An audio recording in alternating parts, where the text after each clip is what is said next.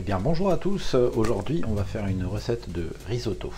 Le risotto c'est un truc très facile à faire, modulable.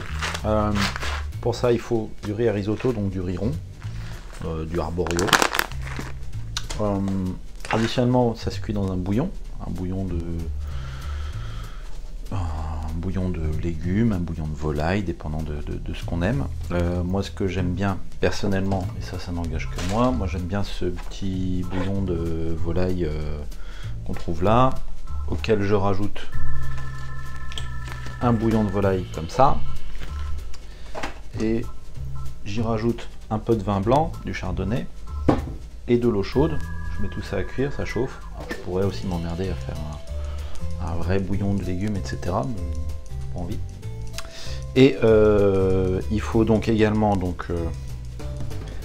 un oignon qu'il va falloir couper en petits. Et ça, on va dire que ça c'est la base de un peu n'importe quel risotto. Faut également, pardon, oui, pour un risotto, il faut également du beurre et du parmesan. Que ça, avec ça, on a la base de n'importe quel risotto que l'on peut faire. Après, on y ajoute les ingrédients qu'on veut. Il se trouve que moi aujourd'hui, je vais y rajouter de la ciboulette. J'ai acheté un peu des poulets rôtis et j'ai des cèpes séchés que j'ai trouvé que je vais rajouter. Et je dois probablement avoir des petits pois dans mon congélateur. Donc si j'en ai, je vais les rajouter. Puis si j'en ai pas, je les mettrai pas. Et je mettrai peut-être autre chose. Alors, pour démarrer la recette, donc j'ai mes oignons que j'ai coupés. J'ai pris un gros morceau de beurre. Gros morceau de beurre parce que je fais cuire 500 g de riz. Forcément, là c'est pour une grosse quantité, on est nombreux. Donc j'ai pris un oignon que je vais mettre dans le beurre à fondre, à feu moyen. Alors, voilà. L'oignon il commence gentiment à fondre dans le beurre. C'est maintenant qu'on va rajouter le riz.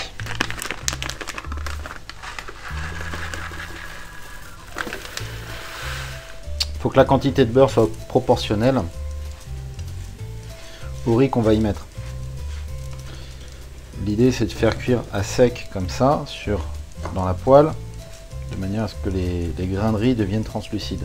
Un risotto, à la base, c'est juste du riz cuit dans un bouillon petit à petit, sur un feu moyen, dans lequel on a mis un oignon et du beurre pour que ça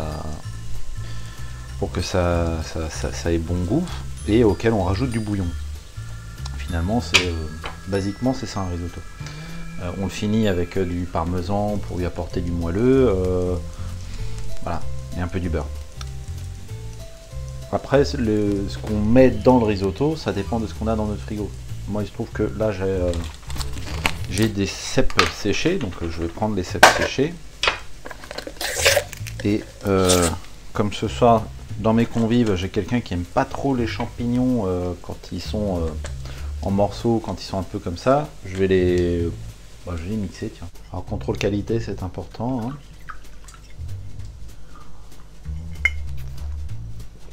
Ah ouais, ce petit chardonnay. Alors dans le risotto, on y met un peu ce qu'on veut, hein. Là, je mets un petit verre de vin blanc pour un peu plus qu'un verre, hein. Parce que comme là, je mets une demi-bouteille de vin blanc, mais c'est parce que il y a beaucoup de riz, hein. Il y a 500 g de riz. Donc une fois qu'on a ce truc là, voilà. Donc lui il va vivre sa vie. Je mets en cuisson moyenne sur 5. Donc moi j'ai ma boîte de cèpes séchés que j'ai trouvé chez Monoprix. Je la mets là-dedans. Oh, ça sent bon. Ça sent super bon. Hop, je mets ça là-dedans. Tac.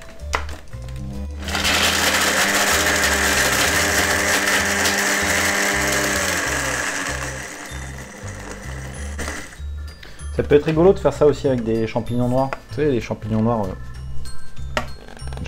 chinois là. Waouh! Oh, c'est excellent. Bon, j'avais pas encore testé le nuage de champignons, mais c'est drôle. Bon, maintenant qu'on a des sports façon Last of Us, alors on va mettre ça. Je mets poudre de champignons. Ouais, ça peut être marrant. Voilà, en vrai, j'avais pas envisagé que ça fasse un truc comme ça, mais du coup, ce que j'anticipe, c'est que de toute façon, comme ils sont séchés, ils vont un peu grossir à la cuisson. Et ça va être plutôt chouette. Alors, ah bah oui, ça prend déjà une jolie couleur.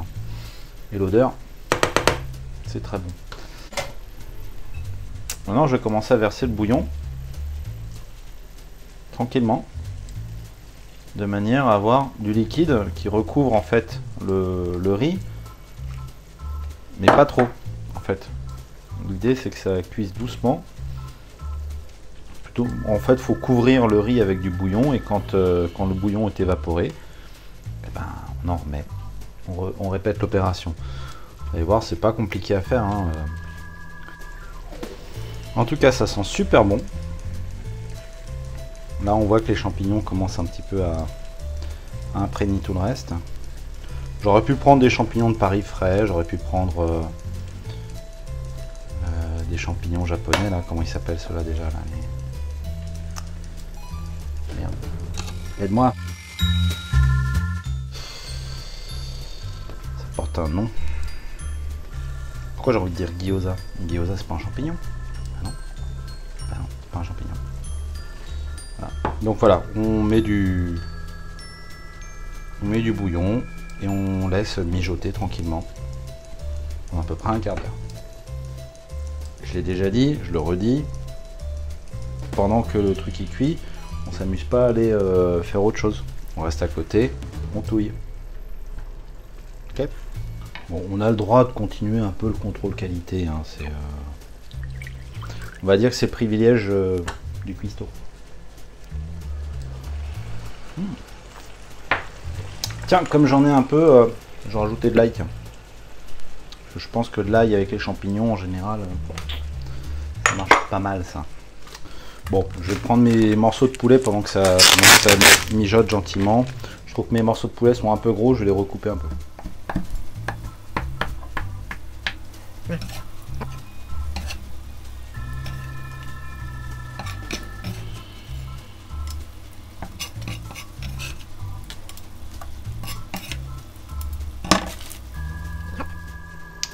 Vu l'odeur qu'a ce truc là, je pense que je vais rajouter un peu de sauce soja. Hop là. Je pense que ça devrait bien s'accorder. Pareil, vous adaptez avec ce que vous avez chez vous, les gars, hein. Les filles, les gens. Hop. Et ben voilà. Je me dis bien qu'il me restait des petits pois. Un petit peu surgelé, très bien. Alors, info importante, ton bouillon, il faut qu'il soit chaud pour aller là-dedans. De manière à ce que lorsque tu le rajoutes à la préparation, ça refroidit pas le tout, bien sûr. Il faut que le bouillon soit chaud. C'est pour ça que je le mets dans la casserole à côté. Hop là. Donc, en fait, l'idée, c'est que le bouillon, il recouvre à peine le riz.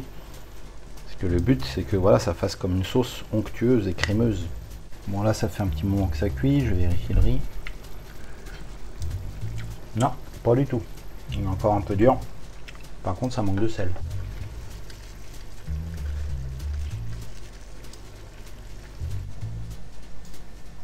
Allez, viens, on fait une connerie. Et si je mettais le fromage dans le mixeur, là où j'avais fait les champignons, ça pourrait être marrant. Oui, bon, des fois, j'ai pas que des bonnes idées, hein. Je sais pas pourquoi je sens déjà que c'est une bêtise. Alors, ça, c'est rigolo. Un morceau comme ça, tu sais, la croûte du parmesan, tu le mets dans ton risotto. La croûte. Mais tu peux aussi le mettre par exemple dans une sauce bolognaise, dans un bouillon, dans un truc où tu as besoin de récupérer le goût. Tu vas pas forcément le manger, par contre tu vas le garder et ça va se ramollir là-dedans, ça va être super bon. Je sais pas si ça va le faire, hein. C'est probablement une bêtise.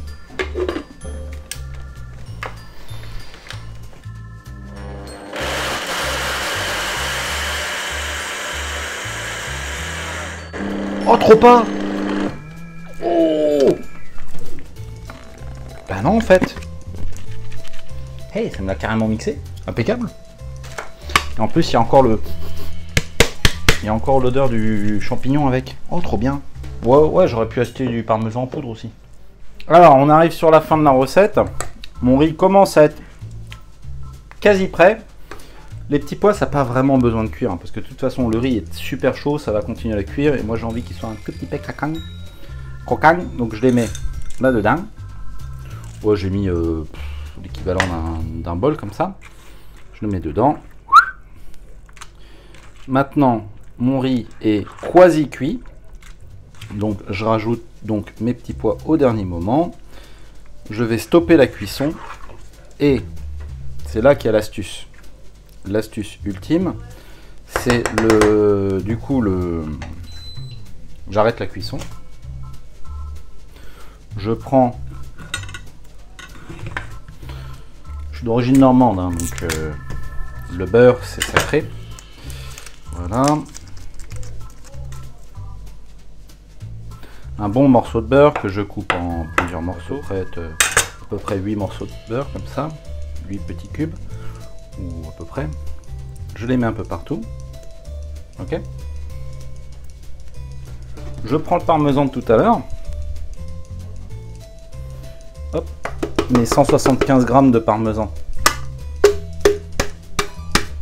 Hop. Je mets tout ça là-dedans. Ok. Mon beurre, mon parmesan, mon bidule. Et je couvre. 5 minutes. Ensuite, plus qu'à servir. Et voilà, donc c'est à peu près la recette. Je vais rajouter aussi un peu de ça pour la déco, pour faire joli sur le dessus de la ciboulette. Et globalement, là, vous avez la recette. Donc, une fois que ça c'est fait, vous laissez 5 minutes le temps que ça repose. Ou plus, si vous avez besoin de plus de temps parce que vos invités sont en retard. Qu'ils sont à la bourre, toujours les mêmes. Et donc, du coup, après, ça peut attendre tranquillement. Tu réchauffes au dernier moment, tu remets un tout petit coup de chauffage, tu mets ça dans ton assiette et tu sers. Puis avec ça, je pense que tout le monde est content. Ok, à la prochaine. Ciao.